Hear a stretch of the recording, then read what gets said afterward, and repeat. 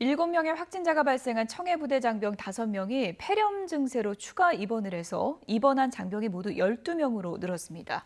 국방부는 내일 오후에 수송기를 현지로 파견할 것으로 보입니다. 취재기자 연결돼 있습니다. 이승윤 기자. 네, 통일외교 안보부입니다. 네, 우려가 커지는 상황인 것 같습니다. 청해부대 장병 5명이 추가로 입원했다고요?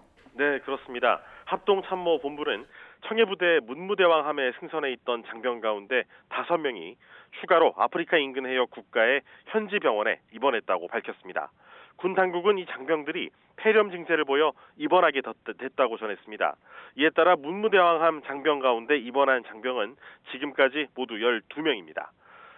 문무대왕함에서는 앞서 확진 판정을 받았던 간부가 이 폐렴 증세로 입원한 뒤에 80여 명의 승조원이 감기 증상을 호소해 왔습니다. 이 가운데 어제까지 5명이 고열과 근육통 증세로 입원한 상태였고 오늘 추가로 5명이 현지 병원으로 향한 겁니다. 입원한 환자들 가운데 코로나19 확진 판정을 받은 사람은 간부 2명이고요. 이 나머지에 대한 검사 결과도 조만간 나올 것으로 보입니다. 또 나머지 이 확진 판정을 받은 이 장병 일부 5명은 이 문무대왕함에 격리돼서 치료를 받고 있습니다. 이런 가운데 문무대왕함의 승조원 가운데 확진 판정을 받은 장병은 지금까지 모두 7명인데 나머지 290여 명에 대한 전수 검사 결과는 나오지 않았습니다.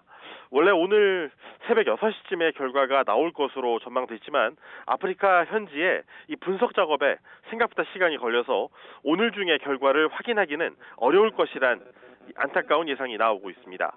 일단 지금까지의 상황으로 볼 때 이 다수의 확진자가 발생할 가능성이 커졌습니다. 국방부는 이에 따라 150명씩 태울 수 있는 다목적 공중급유 수송기 2대를 내일 오후 현지로 보낼 계획인 것으로 알려졌습니다. 문무대왕함 장병들은 모두 급유 수송기로 철수시킨다는 계획이어서 임무를 교대하는 인력과 의료 인력도 함께 보낼 예정입니다.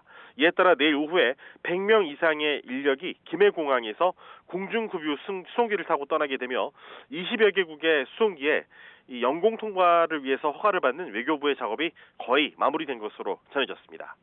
지금까지 통일외교안보부에서 YTN 이승윤입니다.